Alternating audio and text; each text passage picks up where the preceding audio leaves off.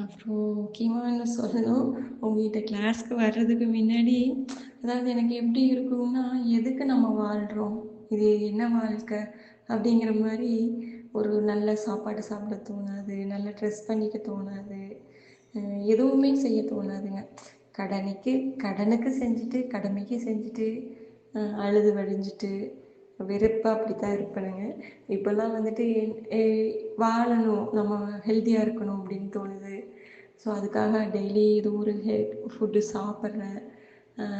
Fruits சாப்பிட்றேனுங்க. இதுக்கு முன்னாடி எதுவும் சாப்பிட மாட்டேன், எதுவும் குடிக்க மாட்டேன், சும்மாவே படுத்திருப்பேனுங்க. இப்போது ஏதோ ஒரு ஹெல்த்தியாக ஃபுட்டு சாப்பிட்றேன். அதுக்கப்புறம் அந்த இந்த நொந்து நொந்து போன வாழ்க்கை இல்லைன்னு வைங்களேன். ஸோ இப்படி தான் இருக்கும். நம்ம இதை கடந்து அடுத்ததுக்கு போகணும் அப்படிங்கிற ஒரு தைரியம் வந்துருக்குதுங்க.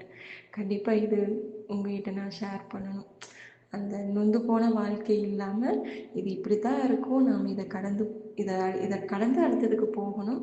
ஸோ நம்ம ஹெல்த்தியாக இருக்கணும், அதுக்கான செயலும் செஞ்சிட்ருக்கிறேனுங்க. ரொம்ப நன்றிங்க.